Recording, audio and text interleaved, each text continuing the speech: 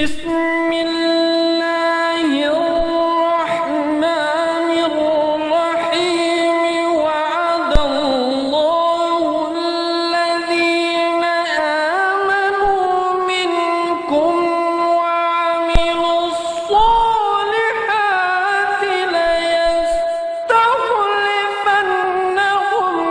في الأرض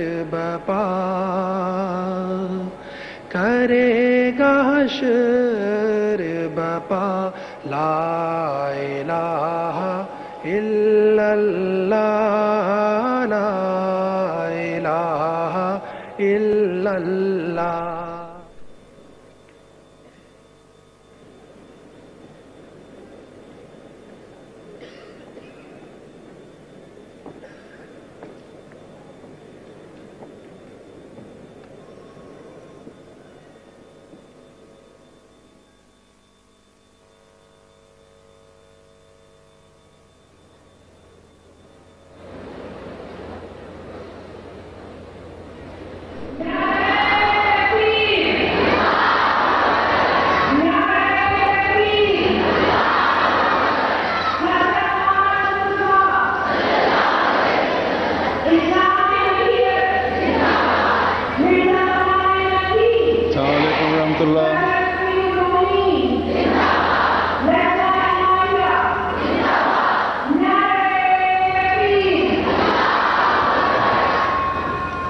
Assalamu alaikum.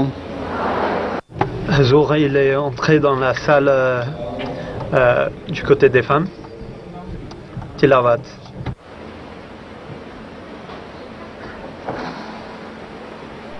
أعوذ بالله من الشيطان الرجيم.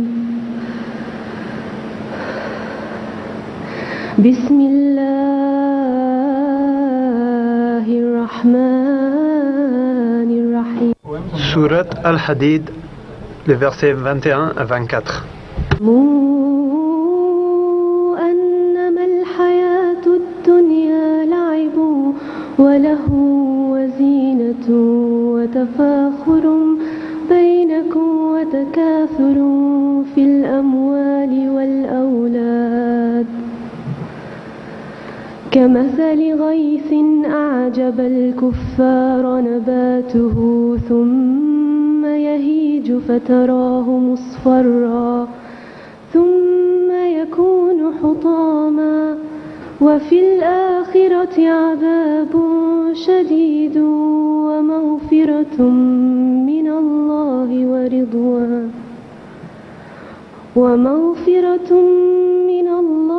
ورضوان وما الحياة الدنيا إلا متاع الغرور.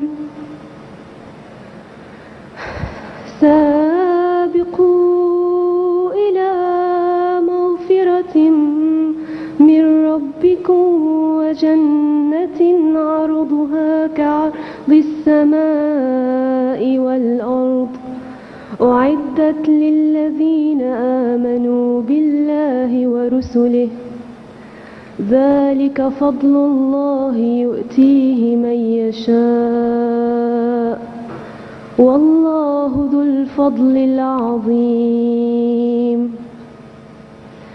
ما أصاب من مصيبة في الأرض ولا في أنفسكم إلا في كتاب من قبل أن نبرأها إن ذلك على الله يسير. لكي لا تأسوا على ما فاتكم ولا تفرحوا بما آتاكم والله لا يحب كل مختال فخور. سورة الحديد verse 21 to 24. جزاك.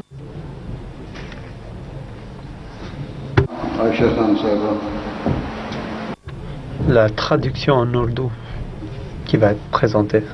अब सूरा अल हदीद की आयत 21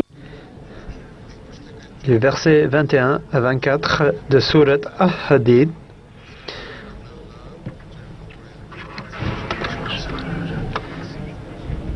Sachez donc que la vie de ce monde n'est qu'un jeu et un amusement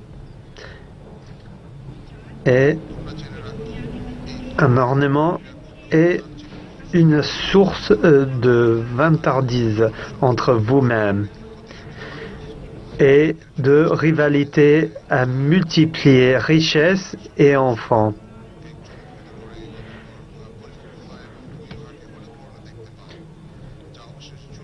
Cette vie est pareille à de la pluie qui produit de la végétation qui fait réjouir les cultivateurs. Ensuite, elle se dessèche et tu la vois jaunir.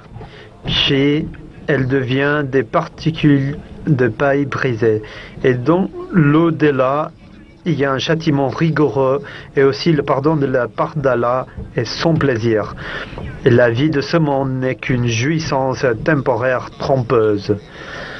Hâtez-vous qui mieux vers un pardon de votre Seigneur et un jardin dont l'étendue équivaut à celle du ciel et de la terre et qui a été préparé pour ceux qui croient en Allah et en ses messagers. C'est la grâce d'Allah. Il l'accorde à qui il veut et Allah est le Seigneur de la grâce immense. Il ne survient aucun malheur, ni sur la terre, ni en vos propres personnes, qui ne soit inscrit dans un livre, avant que nous l'amenions en existence. Assurément, cela est facile pour Allah, afin que vous ne vous désoliez pas de ce qui vous a échappé, et que vous n'exultiez pas non plus à cause de ce qu'il vous a donné. Et Allah n'aime pas les vantards infatués. Nazm Rizwana Shams Sahiba. Poème de Rizwana Shams Sahiba. Assalamu alaikum warahmatullah. Pakiza Manzoom Kalam Sayyidina Hazrat Aqdas Masih Maud alayhi salatu wassalam.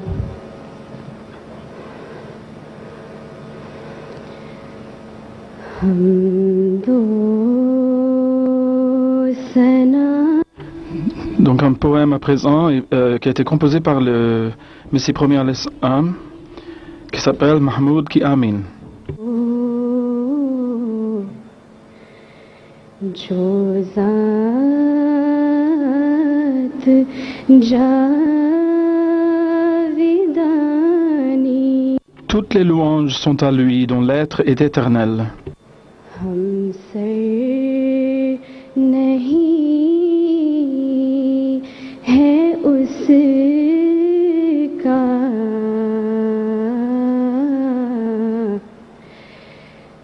koi na koi sani. Personne n'est égal à lui, personne ne lui ressemble. Baki wahi hamesha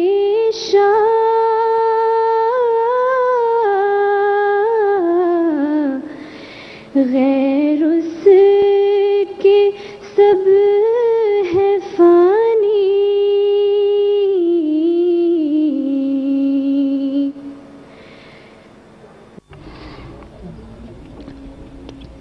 Il existe de tout temps, le reste est éphémère.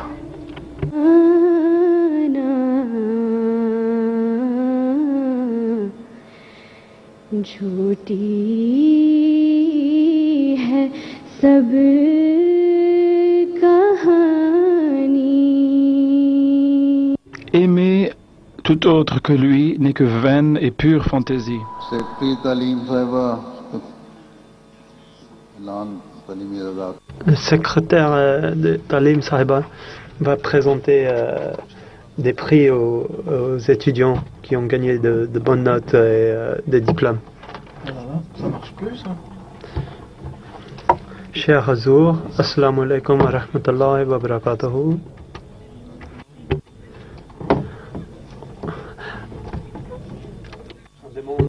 le jour de présenter des prix dans le champ d'excellence en éducation. On aura des étudiants du Royaume-Uni avant et puis des étudiants internationaux, Rabab Sajid de Carshalton. 7 mentions très bien et 3 mentions bien au niveau brevet. Vadia Mirza from Hayes. Vadia Mirza de Hayes. 8 mentions très bien, 2 mentions bien. Ahmed Al-Nour de Thornton Heath. 5 mentions très bien, 5 mentions bien. Misbah Kaushal Sultan au niveau brevet, 6 mentions très bien, 2 mentions bien. Et voici la présentation des prix.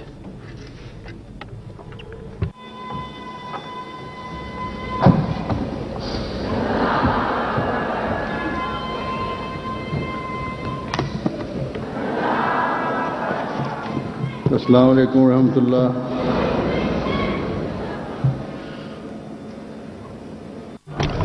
Sa Sainteté va à présent s'adresser à l'Assemblée des Dames lors de cette Jalsa Salana 2017 de Grande-Bretagne.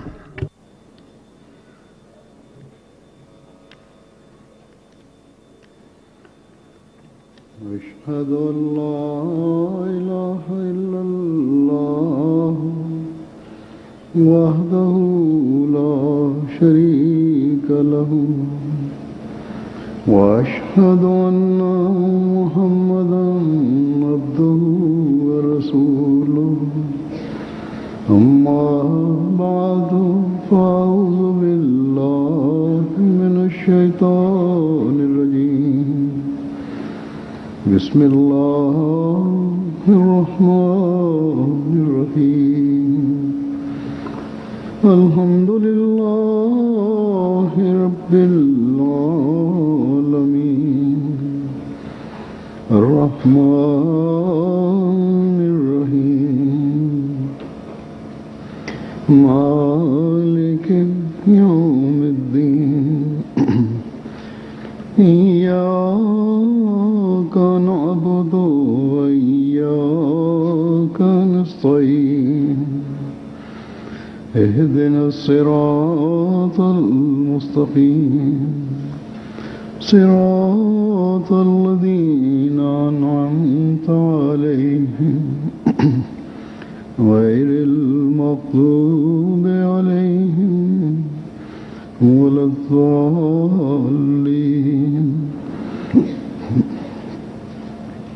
يا أيها الذين آمنوا اتقوا الله ولتنظر نفس ما قدمت لغد واتقوا الله إن الله خبير بما تعملون Allah Ta'ala فرماتا है Dans ce verset que je viens de réciter, Allah dit: ô vous qui croyez, craignez Allah et que chaque âme voit ce qu'elle envoie pour le lendemain. Craignez tous Allah. En vérité, Allah est très au courant de ce que vous faites. C'est un ordre de Dieu qui s'adresse aux croyants et aux croyantes. Et c'est un verset qui est récité notamment lors du serment de Nikah, lors des mariages. Donc on donne ce conseil aux hommes et aux femmes d'agir sur le chemin du taqwa, de la crainte de Dieu, et de faire attention aux actes qu'on commet pour le lendemain. En général, nous voyons que les péchés et les erreurs, leur source ou leur raison, c'est la négligence ou l'insensibilité face à eux. Donc avoir le sentiment que Dieu est son messager, que veulent-ils de nous? Avoir ce sens en soi. Eh bien, le Coran, qui est un livre qui nous donne un chemin à suivre pour notre vie. Quels sont les ordres et commandements qu'il nous donne? Est-ce que nous avons le sens de cela? Eh bien, nous ne faisons pas assez d'efforts pour acquérir cette connaissance et ce sens, et développer ce sens. Donc, si vous êtes des croyants, que vous soyez donc homme ou femme, les deux, pour passer leur vie, doivent toujours donc d'une bonne façon, doivent toujours garder ce principe en tête, qui est le principe du taqwa, de la crainte de Dieu. Il faut toujours le garder devant soi. Et toujours surveiller chacun de ces actes et de ces actions. Et de toujours voir ce qu'on est en train de se préparer pour son avenir, pour son lendemain. Donc il faut il ne faut pas que ce soit quelque chose qui soit mélangé à des désirs de ce monde, des désirs physiques ou matériels. Il faut que ce soit des désirs qui est seulement trait à l'au-delà. Donc comment est-ce qu'on peut avoir la foi réelle en Dieu et en faisant confiance parfaite en Dieu? Et comment, en gardant ces choses en soi, peut-on marcher selon ou obéir aux commandements de Dieu? Donc, si on commence à se faire, on pourra vivre la vie de vrais croyants. Et on pourra aussi embellir son au-delà. Si nous sommes vraiment dans la certitude, et si cela fait partie de notre foi, que ce monde est éphémère, et que la vraie vie et la vie qui vient après la mort. Et si nous croyons vraiment, nous avons la certitude dans le fait que les actions de ce monde seront aussi récompensées ou rétribuées dans le monde prochain, si nous avons la conviction du fait que Dieu est l'omnipotent, a tous les pouvoirs, si nous croyons que Dieu est aussi omniscient, qu'il sait tout ce qui est ouvert et tout ce qui est manifeste et tout ce qui est caché, et qu'il peut aussi voir, qu'il a la connaissance de ce qu'il y a de ce que recèlent nos cœurs, il connaît le manifeste et le caché. Eh bien, dans ce cas-là, il faudra que nous réfléchissions sur cette parole de Dieu et le garder devant nous, que, comme Dieu le dit, qu'est-ce que vous êtes en train d'envoyer pour le lendemain, pour la vie qui vient, la vie future? Qu'est-ce que vous avez fait pour l'embellir? Pour vous occuper de vos générations futures, quelles actions avez-vous entreprises? Notre lendemain, notre futur, ce n'est pas seulement le jour qui vient demain, ou notre devenir après notre mort. Notre demain, notre lendemain, notre futur, c'est aussi nos générations qui nous suivent. Les garder fermement dans la religion, de les faire devenir loyaux envers des citoyens loyaux envers le pays, et de les faire être des gens qui ont un bon caractère dans toutes les façons possibles.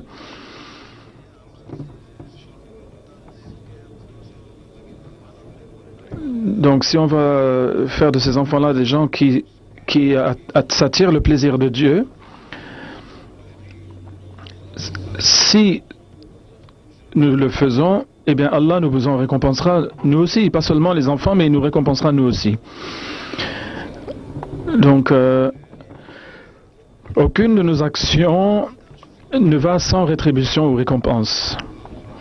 Donc, une œuvre qui a été faite sincèrement pour obéir au commandement d'Allah, pour avoir le plaisir de Dieu, comment Allah va-t-il laisser une telle action aller ou passer sans récompense?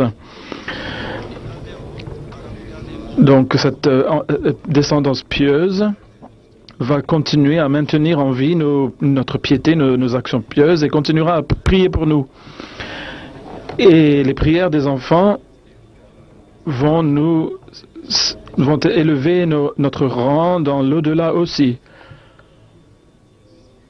Donc, le lendemain duquel Dieu est en train de parler par rapport aux actions que nous devons surveiller, qu'on envoie pour le futur,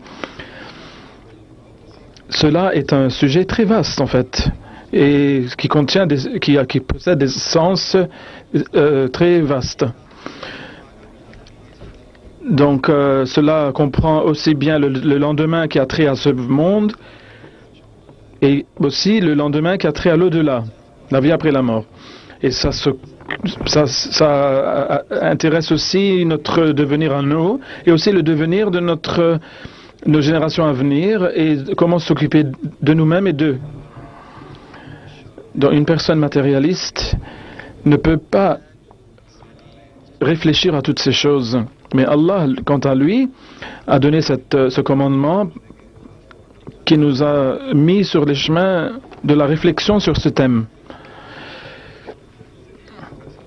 Le matérialiste veut tout simplement accumuler un peu de biens pour son lendemain.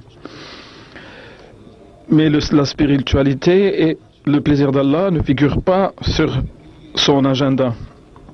Mais pour le croyant, il y a ce commandement qui est: ne vous occupez pas tout simplement des choses de ce monde. Les biens éphémères, on peut évidemment les accumuler, cela n'est pas défendu, c'est permis.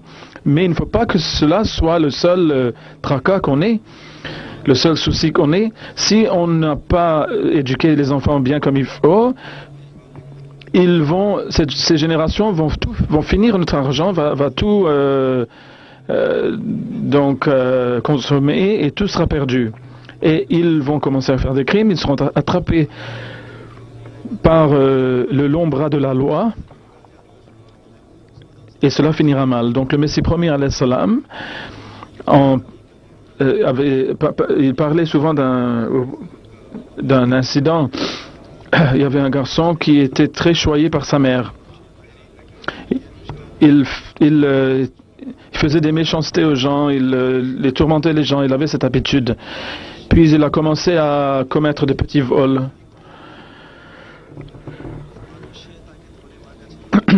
Les gens ont attrapé le garçon et le traîné jusqu'à sa mère, mais la mère ne lui disait rien. Elle disait toujours, elle prenait sa défense toujours et ne voulait jamais lui donner une punition. Donc cet enfant, à cause de cet amour démesuré de sa mère, continuait à croître dans sa criminalité. Un beau jour, le garçon est devenu un grand criminel meurtrier, et il a été arrêté, incarcéré, et on l'a condamné à mourir par la pendaison. Donc on lui a dit, c'est quoi, avant de le pendre, ils ont dit, quel est votre dernier souhait? Il a dit, je veux voir ma mère. Donc quand sa mère est venue à côté de lui, et le fils a dit, viens. Il a dit, je veux embrasser ta langue. Et lorsqu'elle a tiré la langue, elle a mordu sa langue à tel point que sa langue a été coupée en deux. La mère a commencé à hurler. Et les gens ont dit que cet homme infortuné, même à ce moment final de sa vie, à sa dernière heure, il commet encore des cruautés. Et regardez ce qu'il a fait à sa mère. Et alors le criminel dit, lorsque je faisais des petits crimes, les gens m'amenaient auprès de ma mère. Au lieu de me corriger, elle me soutenait et elle m'encourageait. Maintenant, aujourd'hui, à cause d'elle, je suis devenu un grand criminel. Si ma mère m'avait éduqué d'une bonne façon depuis le début, et s'était mise en colère lorsque je faisais des mauvaises choses, je commettais des mauvaises actions, eh bien aujourd'hui je n'en serais pas là. Alors, cette langue qui aurait dû me donner de bons conseils m'a soutenu et m'a encouragé dans le crime, au contraire. Et bien voilà ce qu'elle mérite. Elle a eu ce qu'elle mérite. Donc c'est une histoire qui est une leçon pour tous ces mères qui gâtent leurs enfants sans penser au lendemain et ne pensent qu'au bien de ce monde. Pour elles, c'est une leçon. Et elles ne pensent qu'au confort de ce monde. Il y a des milliers de personnes qui s'adonnent complètement qui perdent tout après avoir tout gagné, comme de grands businessmen. Leurs parents avaient laissé pour eux des maisons, de l'argent, etc. Mais à cause de leurs dettes, ils perdent tout. Et parfois, ils se suicident même. Ou bien ils s'adonnent à de mauvaises actions à cause de cela. Donc, il ne faut pas juste courir après le monde, il faut bien sûr en profiter, mais il faut avoir un caractère équilibré. Donc, si les enfants des femmes musulmanes non ahmadis, on peut dire que voilà, elles n'ont pas l'éducation elles-mêmes pour éduquer à son tour ses enfants. Mais si une mère ahmadi fait la même chose, eh bien, cela n'est pas acceptable. Il faut qu'elle mette ses enfants sur un chemin où, au lieu de tomber dans le matérialisme, ils mettent la foi au-dessus de toute chose. Une personne pourrait dire qu'il y a des gens innombrables dans le monde qui sont riches grâce à la richesse qu'ils ont héritée de leurs aïeux. Et ils ont toutes sortes de mauvaises qualités en eux, mais ils n'ont pas connu de punition jusqu'à présent, dans le sens mondain. Alors Allah dit ici, lorsqu'il parle de surveiller les actions qu'on envoie pour le lendemain, que oui, dans ce monde, il y a des gens qui sont dans un bon état apparemment. Mais vous qui dites croire à l'imam Mahdi alayhi salam, qui dites croire au prophète Mohammed sallallahu alayhi wa sallam, et qui est entré dans sa communauté par la bay'a, le serment d'allégeance, et vous dites que et vous dites que maintenant nous sommes dans une communauté où on a les moyens de se réformer. Vous devez en tout cas regarder ce que vous envoyez pour le lendemain. Cela vous concerne donc. Eh bien, ces gens-là, en fait, ils n'ont pas de religion. Ils n'ont pas de foi. C'est pour cela qu'ils s'ils n'ont pas regardé ce qu'ils envoient pour le lendemain, pour la vie qui vient, la vie future, c'est parce qu'ils sont ils y sont un peu obligés parce qu'ils n'ont pas de religion en fait. Ils ont pensé que le monde c'est tout ce qui existe et ils n'ont pas pensé au lendemain, ils n'en ont pas profité. Mais Allah dit qu'il y a un monde qui vient après cette mort, après ce monde, après cette vie. Si vous n'avez pas été puni en ce monde, vous allez l'être dans l'au-delà. Mais vous qui dites que vous êtes des êtres spirituels, eh bien, vous devez faire attention à toutes ces choses dans ce monde. Alors, nous qui sommes dans cette jamaat de l'envoyé d'Allah, le Messie promis, nous sommes certains que le prophète Mohammed sallallahu alayhi wa sallam est le dernier prophète porteur de loi. Et le livre parfait qui lui a été révélé, c'est un livre qui, de toutes les façons possibles, est parfait dans le sens de nous donner la direction pour nous réformer, pour nous préparer pour l'autre vie qui vient. Nous devons donc faire des efforts de marcher selon ses commandements. Nous devons présenter des exemples pour le bénéfice de nos enfants, afin que notre lendemain soit un lendemain qui attire le plaisir de Dieu pour nous et nos générations qui viennent. Dans l'islam, ce sont les femmes qui ont reçu la responsabilité d'éduquer la génération future. Si quelqu'un peut s'occuper d'une génération future, c'est bien les femmes.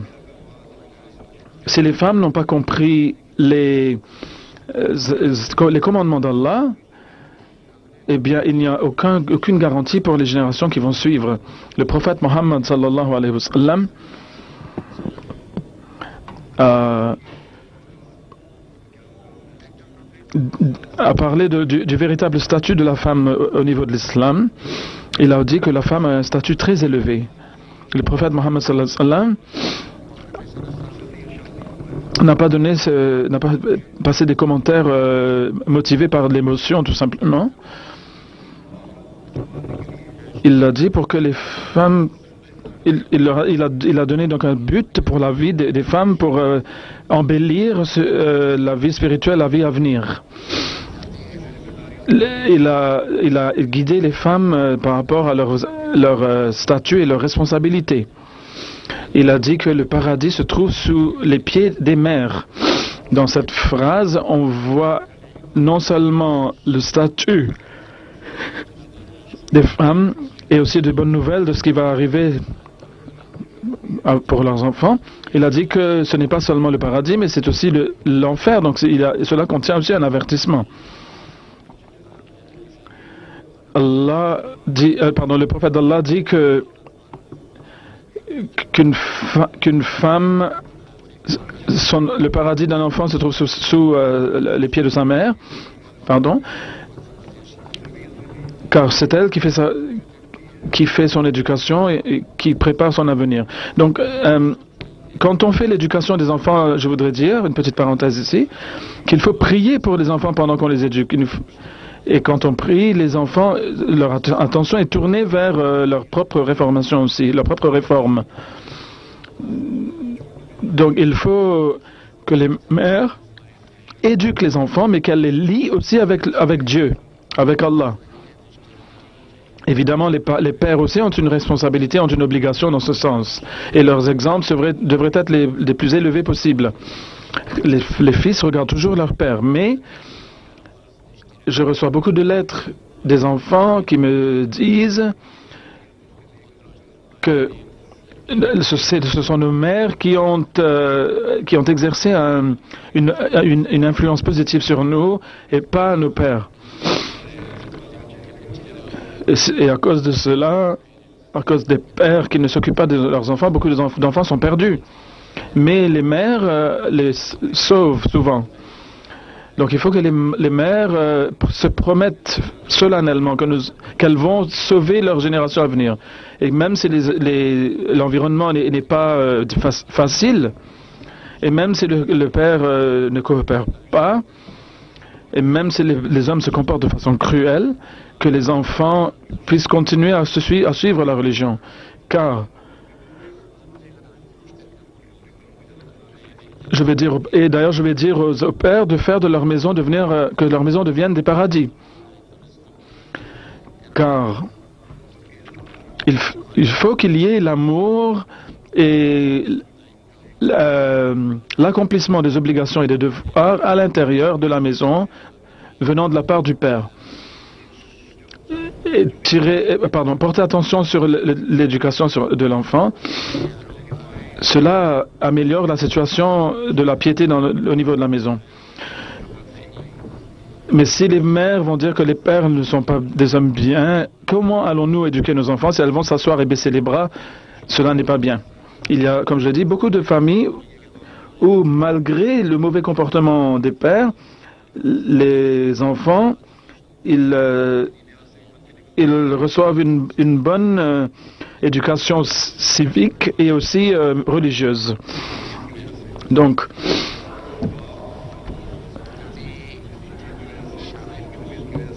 à cause de cet effet de leur mère, ces garçons-là deviennent de bons maris et de bons pères à leur tour. Et alors, ils se créent pour eux-mêmes le paradis Dans la création de ce paradis, ils vont aider leurs femmes. Ce ne sera pas seulement les mêmes mères qui vont s'occuper des générations à venir, mais les hommes vont les aider. Donc si les maris ne sont pas, par contre, si ceux-là ne sont pas en train de s'occuper de leurs enfants, que les mères aient le courage de le faire. Au moins, leurs générations futures seront sauvées. Les filles de ces foyers-là vont devenir des mères sous les pieds desquelles sera le paradis pour les générations à venir. Donc, l'islam a mis cette obligation sur les mères et ces belles paroles énoncées par le prophète Mohammed sallallahu alayhi wa sallam. Dans ces paroles remplies de sens profond que j'avais citées tout à l'heure, il faut que nos filles gardent cette belle parole devant elles-mêmes, devant leurs yeux, en tête, toujours. Une personne m'avait demandé de membre de la presse en Allemagne, pourquoi est-ce qu'une femme ne peut-elle pas devenir imam dans les mosquées? Je lui ai dit que dans différents États, dans différents jours, parfois les femmes n'ont pas besoin de prier.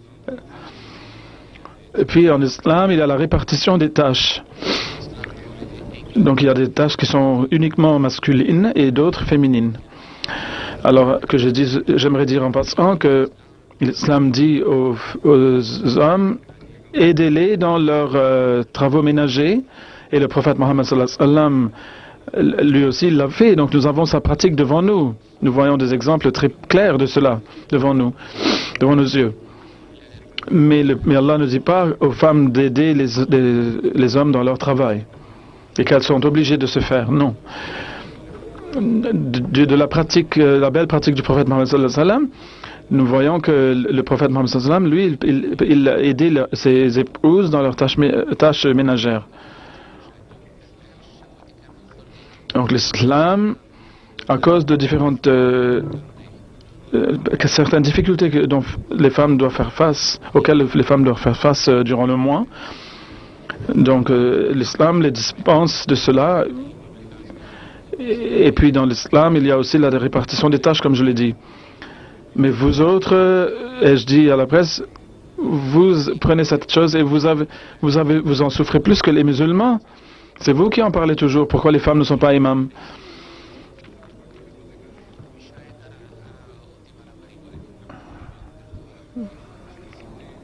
L'islam, le statut que l'islam a donné à la femme, c'est un statut qui dépasse celui de l'imam. En fait, le prophète Mohammed sallallahu alayhi wa sallam a dit que le paradis se trouve sous les pieds des mères. Aucun imam ne peut dire que le paradis que ceux qui prient derrière moi, le paradis, c'est au paradis qu'ils iront. Si l'imam, par exemple, est en train de réfléchir à ceci ou cela lorsqu'il est en train de prier, eh bien ça, on le voit que ceux qui sont en train de prier derrière lui, leurs prières aussi seront affectées par ces viles pensées. Donc comment est-ce qu'ils peuvent garantir le paradis, ces gens-là? Mais ce sont bien les femmes qui peuvent réformer les générations futures et les amener, les faire parvenir au paradis. Elle peut les faire devenir de grands scientifiques, des dirigeants du pays. Donc la femme a un statut très élevé. Une véritable musulmane, Ahmadi, ne doit jamais ressentir une infériorité quelconque. Récemment, on était en train de parler de cette femme en Allemagne qui a une mosquée où la femme va être imam et où les hommes, les femmes, etc. vont prier ensemble et les femmes n'ont plus besoin de se couvrir. On en a parlé beaucoup dans les médias récemment. Eh bien, cette femme dit que je vais aller en Grande-Bretagne et là-bas aussi je vais créer une mosquée telle que celle que j'ai en Allemagne. Donc toutes ces choses sont à cause de leur manque de connaissance de compréhension de la foi et ils ont un complexe d'infériorité.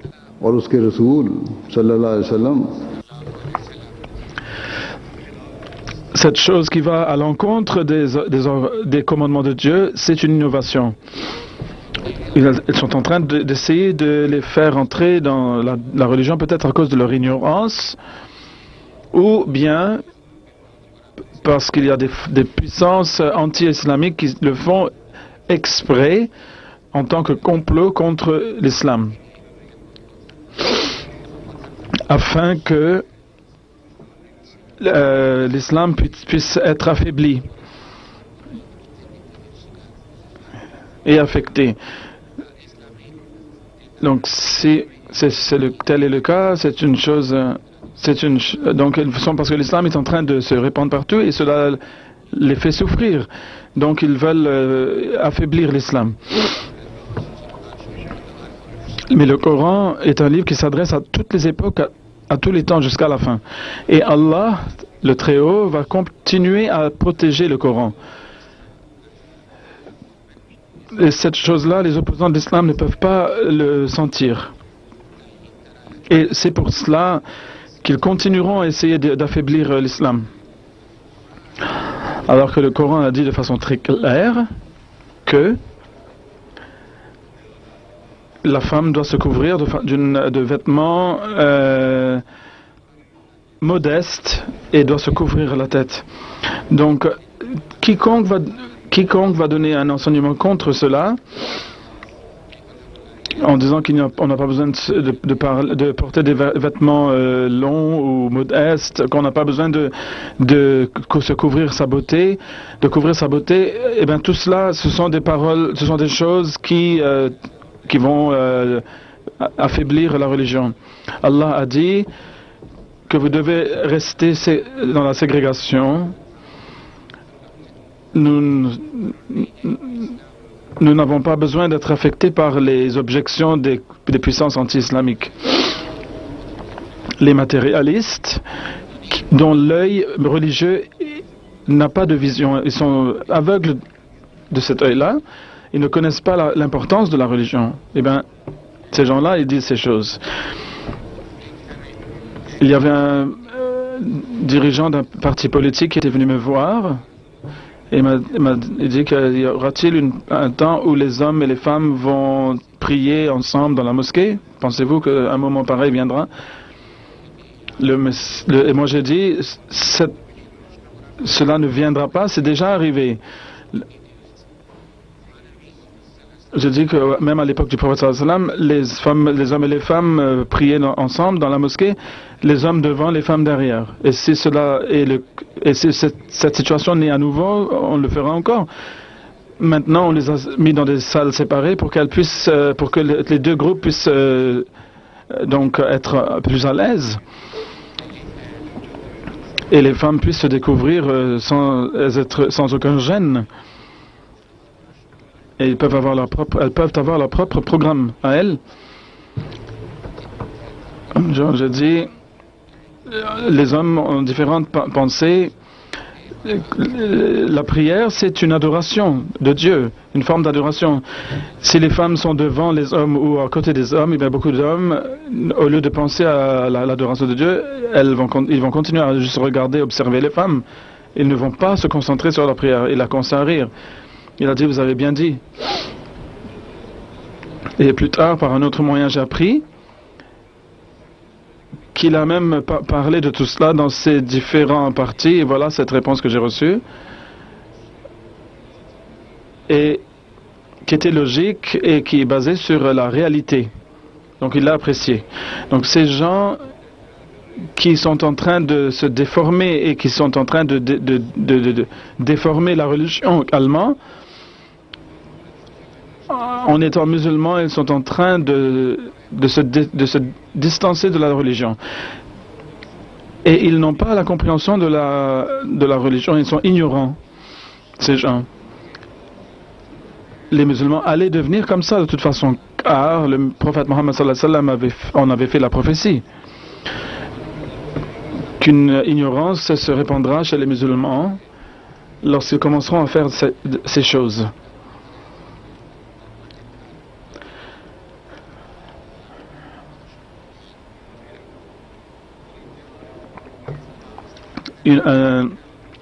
une autre action extrême des musulmans de l'autre côté du spectre, c'est qu'ils font toutes sortes de cruautés et démontrent de la barbarité dans le monde, ou bien ils nient aux femmes leurs droits de façon terrible. Donc à cette époque de l'imam Mahdi alayhi salam, on voit qu'à cause des enseignements des ulama, des savants, lorsqu'on voit ces états-là se lever, apparaître au sein des musulmans, et bien que l'imam Mahdi vienne régler tout cela. Les gens qui créent des innovations au sein de la religion ou qui essaient d'imposer les commandements de l'islam avec une force méchante. Donc l'imam Mahdi est venu pour les arrêter, ces gens-là aussi. Ces deux types de gens, le Messie premier est venu et le Messie Mahdi, il est venu pour les corriger. Donc nous, les Ahmadis, nous sommes fortunés d'avoir pu croire en lui. Si le Messie premier, alayhi salam, après avoir cru en lui, si nous avons encore un sentiment d'infériorité ou de faiblesse au niveau de notre religion, eh bien cela doit nous faire, est une chose qui doit nous inquiéter.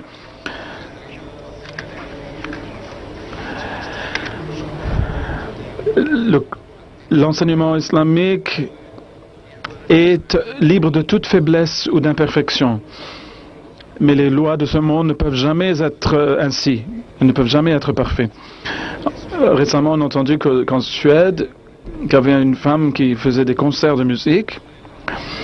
Elle a fait une annonce selon laquelle qu'elle a un très grand concert qu'elle organise chaque année. Elle a dit cette fois-ci, seulement des femmes y viendront et les hommes ne pourront pas y venir. Et la raison était que puisque, à cause de l'expérience qu'on a eue précédemment, les hommes se comportent de façon méchante envers les femmes. Et même, il y a des cas de viol. Et bien voilà le résultat de garder les hommes et les femmes ensemble. Donc l'enseignement islamique est que s'il y a même une petite possibilité où qu'une action vile ait lieu, eh bien il faut éviter cette possibilité-là, l'empêcher d'avoir lieu. Donc même eux-mêmes sont en train de dire que les hommes et les femmes, il vaudrait mieux les garder séparés. Et on est en train de parler d'organisations qui soient seulement pour les femmes. Alors, ils ont commencé à ressentir le besoin de se faire. Et dans cette société matérialiste aussi de ce monde, on voit que les femmes devraient avoir une identité séparée et qu'elles restent séparées, c'est mieux pour elles. Ceux qui nous accusaient d'user de la ségrégation, eux-mêmes sont en train d'en parler des bénéfices de ce concept.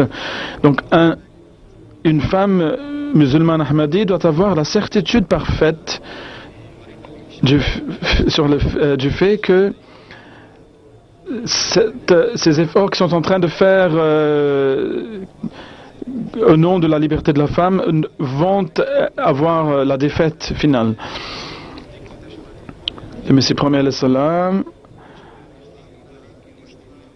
dit que selon à la lumière des enseignements de l'islam, pourquoi est-ce qu'il faut les garder séparés des hommes, les femmes et les hommes donc? Eh bien, la philosophie de la ségrégation islamique, c'est cela, et c'est cela la direction que nous recevons du livre de Dieu. Cela ne signifie pas que les femmes doivent être gardées comme des prisonnières. Cela est la pensée des ignorants qui ne connaissent pas l'enseignement islamique. Le but, en fait, de cette ségrégation est que les femmes puissent ne pas exposer leur beauté de façon ouverte, car cela va créer des problèmes pour les femmes et les hommes. Donc il faut se protéger de ces choses. Donc le Coran parle de Radd al-Basar, c'est de garder les yeux garder le regard tourné vers le bas, dirigé vers le bas. Donc elle dit qu'il faut qu'on regarde vers le bas et qu'on ne regarde pas à gauche et à droite de façon mauvaise. Donc le Messie premier dit aussi que ces gens qui proclament la nécessité d'enlever le voile, si vous les écoutez, ben, ils vont continuer à se distancer de la religion et ils vont continuer à commettre des actions viles.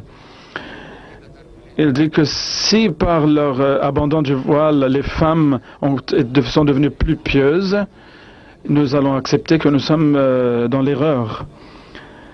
Mais regardez un peu l'état des hommes. Il a donné un conseil aux hommes. Il dit, regardez l'état des hommes. Comment ils sont comme des chevaux qui sont incontrôlables. Ils ne pensent pas à Dieu, ils ne pensent à rien, ils ne pensent qu'à l'accomplissement de leurs désirs physiques. Donc il faut tout d'abord s'occuper de l'état moral des hommes. Tout d'abord, et donc que les hommes puissent au moins contenir leurs pulsions naturelles. Et après, il faut voir si la question du voile est nécessaire ou non. Car sinon, si on va dévoiler les femmes, ça serait comme mettre des chèvres devant des tigres. Et voilà ce que la femme qui faisait les concerts, qui organise les concerts, a dit, elle aussi.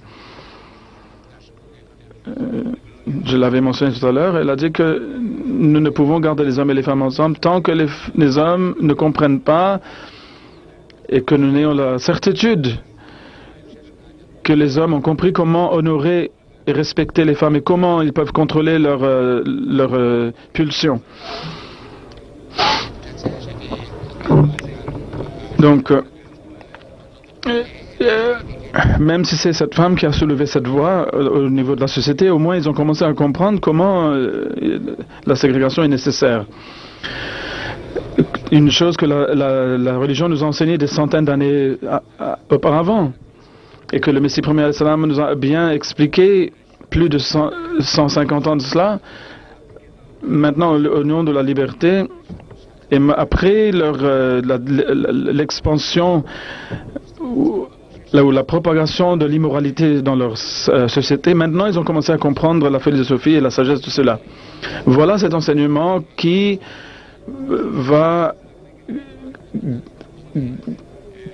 garde les hommes humains en donnant un enseignement parfait.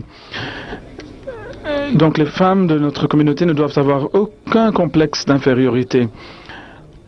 On ne peut pas mettre le pied sur deux bateaux, on va finir par se noyer. Si nous allons mettre la foi au-dessus de toute chose, il faudra alors qu'on garde l'œil sur les commandements de Dieu.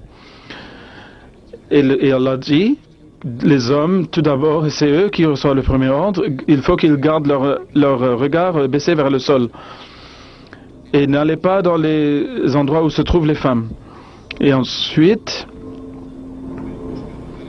si les hommes vont agir dessus, eh bien, dans ce cas,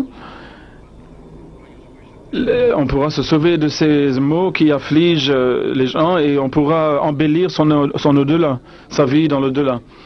Donc Allah dit, gardez vos yeux tournés vers le bas, aux femmes donc, et ne dévoilez pas vos beautés en public. Si les femmes vont le faire, eh bien, elles vont pouvoir garder vivante la modestie en elles-mêmes et aussi dans leurs générations qui viennent. Donc, les femmes doivent, de par leur adoration, leur qualité morale, leur façon de se vêtir, il faudra qu'elles démontrent un bon exemple dans toutes ces choses pour leurs enfants, afin que et là je vais dire donc que leurs enfants les adoptent, et aussi je vais dire aux hommes, et surtout les gens qui sont des responsables au niveau de la communauté Ahmadiyya, ils doivent démontrer de bons exemples dans ce cadre à leurs enfants. Il ne faut pas seulement accepter des postes au niveau de la Lajna Maïla, il faut aussi démontrer de bons exemples pour leur propre foyer et aussi pour celles qui travaillent sous elles aussi. De nos jours,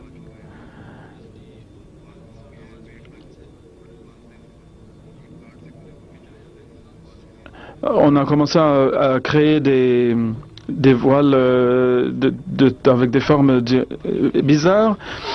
Elles font qui laissent voir, entrevoir donc les vêtements de l'intérieur, etc., pour des raisons de mode. Donc il y a donc le calife est en train de parler à l'époque du Muslim Maud, que les gens ont porté plainte à propos des différentes formes qu'avait le voile ou le niqab ou burqa que portaient les femmes.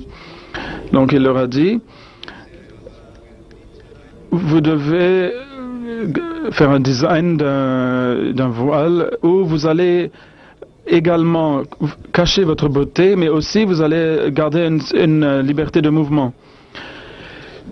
Donc aujourd'hui aussi, il faut avoir un tel voile qui ne vous empêche pas d'agir, mais tout en vous couvrant bien, comme il faut. Si vous allez continuer à démontrer, à dévoiler votre beauté intérieure, eh bien, il ne faut pas avoir espoir que les hommes ne vont pas vous regarder. Les hommes vont évidemment cesser de regarder vers le bas, ils vont lever les yeux et vont vous ausculter de la tête aux pieds.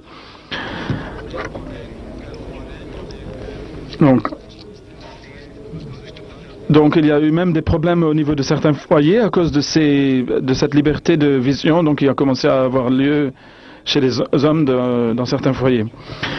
Donc il faut penser à vos enfants, il faut penser à votre avenir. Faites de ce monde un paradis et faites que le monde à venir aussi devienne un paradis.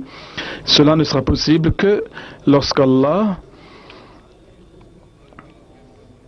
sera devant toute chose, sera au-dessus de toute chose dans votre vie. Comme le Messie prophète a dit qu'il faut que je mette Dieu avant toute chose. Allah dit dans le Saint-Coran, ceux qui craignent la présence de leur Seigneur, ils ont 2 paradis. Voilà le verset du Coran. Donc le Messie promet dit que ceux qui font un pas avec sincérité vers Allah, ils ne vont jamais à leur perte. Il leur est donné les faveurs des 2 mondes.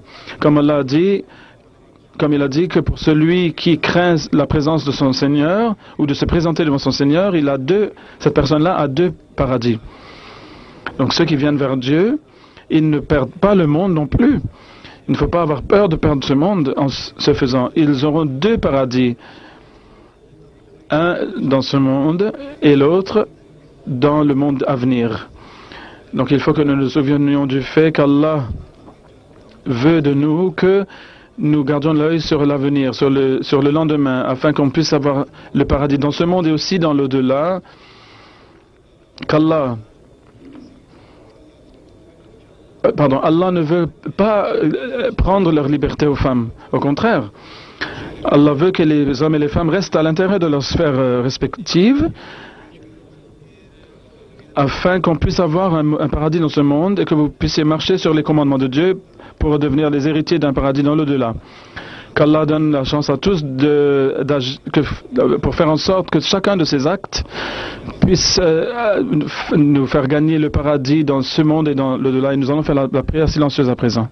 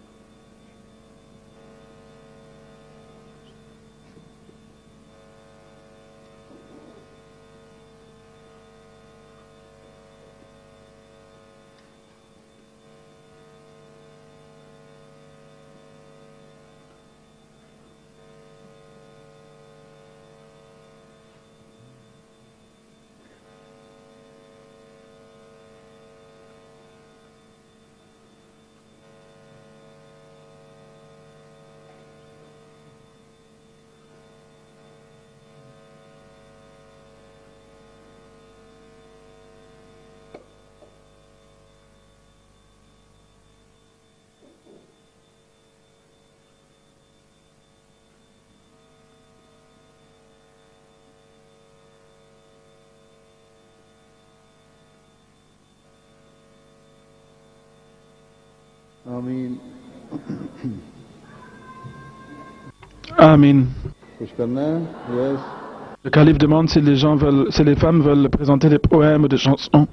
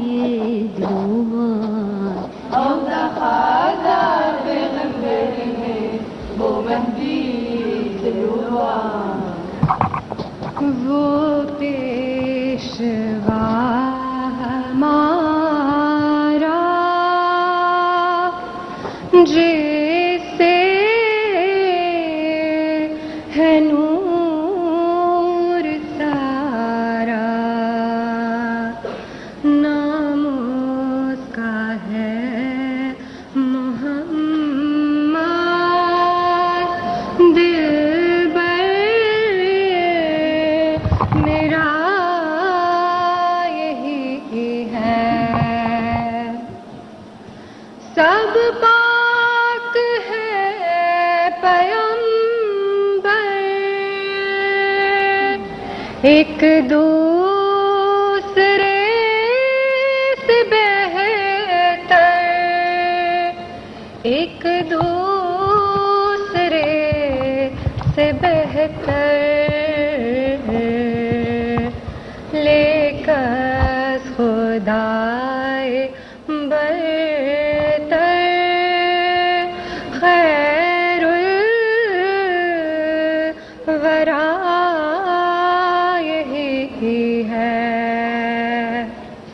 Nasiratul Ahmadiyya United Kingdom. The promised Messiah, Imam of the age. The promised Messiah, Imam of the age. I shall call thy message to reach the corners of the earth through the light of Quran, through the light of Muhammad, the promised Messiah, Imam of the age has come.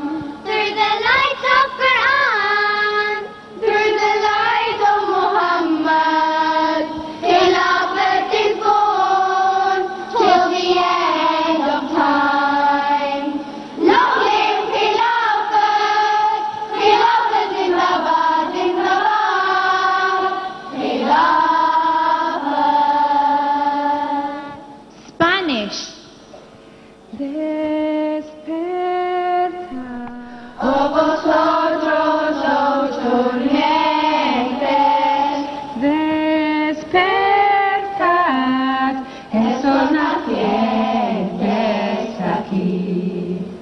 Del Islam nos alejéis, alejéis por ser el recto camino. Juro por Dios, este es el único jardín. Despertad, oh vosotros los durmientes, despertad, el sol naciente está aquí. Bangla. নবী মোর পরশমণি, নবী মোর পরশমণি, নবী মোর সোনার খনি, নবী নাম জপেই যে জন সেই তো দো জাহানের ধ্বনি। ওই নামে সুর ধরিয়া পাখি যায় গান করিয়া, ওই নামে মজনু হইল মলায় আমার কাদের ধ্বনি। নবী মোর পরশমণি, নবী মোর সোনার খনি, নবী নাম জপেই যে জন সেই তো দো জাহানের ধ্বনি। ওই নামে মধু মাখা, ওই নামে জাদু রাখা, ওই নামে আকুল হয়ে ফুল ফুটে সোনার বরণী। নবী মোর পরশমণি, নবী মোর সোনার খনি, নবী নাম জপেই যে জন সেই তো দো জাহানের ধ্বনি। নবী নাম জপেই যে জন সেই তো দো জাহানের ধ্বনি। Tamil. எங்கள் கலீஃபா, அன்பான கலீஃபாவுக்கு நம் இதயத்தில் அன்பு நிறைந்திருக்குது, நம் இதயத்தில் அன்பு நிறைந்திருக்குது. கலீஃபாவின் ஒளியுங்கள் வாழ்க்கையை ஒளிமயமாக்கியது, வாழ்க்கையை ஒளிமயமாக்கியது. எல்லாம் புகழும் அல்லாஹ்வுக்கு. Uganda. Assalamu alaikum, Khalifatul Masih, Kulembeze Wafe. Awangale, awangale. Assalamu alaikum, Khalifatul Masih. Awangale, awangale. Ivory Coast. Salamu alaikum, Badi Silamalu. Salamu alaikum, salamu alaikum. Badi salamalu, salamu alaikum. Khalifatul Masih, Allah ki sonshid anikani Allah. Khalifatul Masih, Allah ki sonshid anikani Allah. Nigeria. Mahdi waya, Mahdi waya, Mahdi waya. Isa kuye, Mahdi today, ejatale. Mahdi today, ejatale. Mahdi today, oh, Isa tifu. Mahdi waya, Mahdi waya.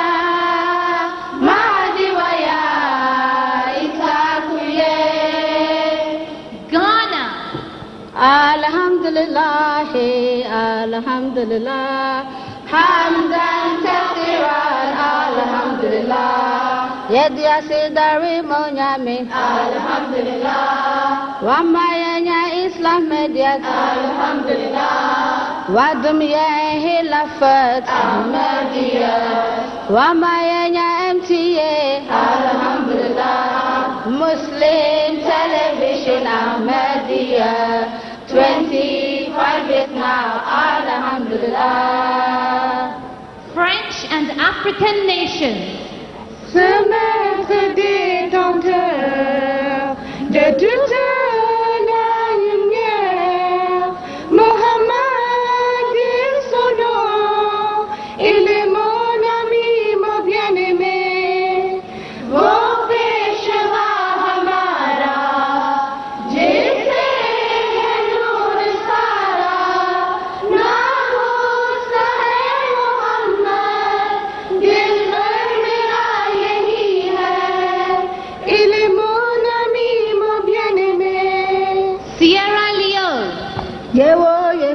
magna kele gawo maye Muhammad gawo litimiya la ilaha illallah Muhammadur Rasulullah no other God no de pasalla Muhammad na Allah messenger la ilaha illallah Muhammadur Rasulullah. And from Gambia, बदरगाह ज़ीशान खैरुल नाम शफीउल वरा मरजाई खासवाम बसद इजो मिन्नात बसद इहतराम ये करता है अर्ज़ाप का एक गुलाम अलैका सलातो अलैका सलाम अलैका सलातो अलैका सलाम जमात मदीत जिंदाबाद जमात मदीत जिंदाबाद हजरत मिर्ज़ा गुलाम अहमद जिंदाबाद जिंदाबाद the promised Messiah natalika kilaya futanni dunya tunkunna nobe jamaat ahmadiyya labulatanu ma Allahu akbar la ilaha illallah la ilaha illallah रज़े हमेश सलामत पीरा तेरी है सरदारी तेरी इस सरदारी को जाना करिए वारी जाना करिए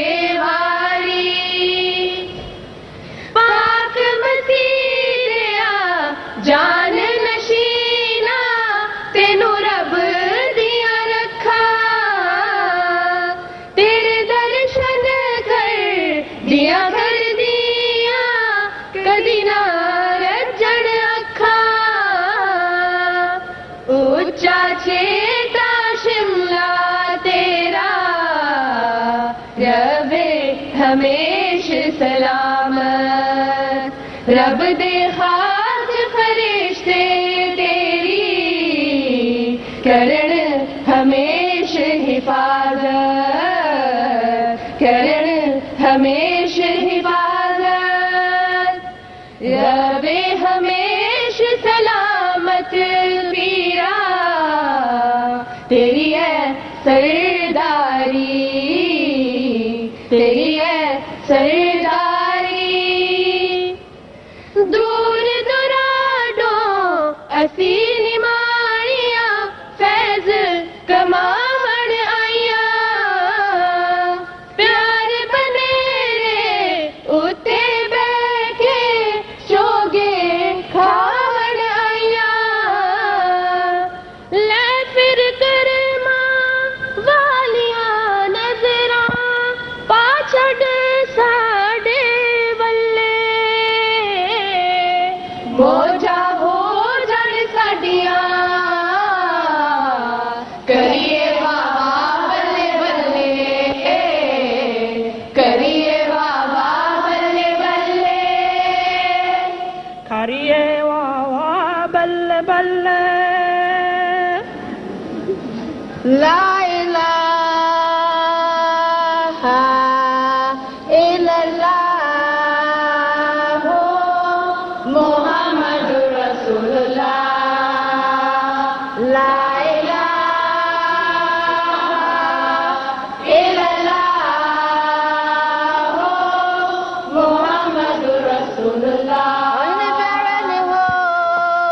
Efata saya semono Risonyang kupong kuti Na Muhammadu wa ye nismafu La ilaha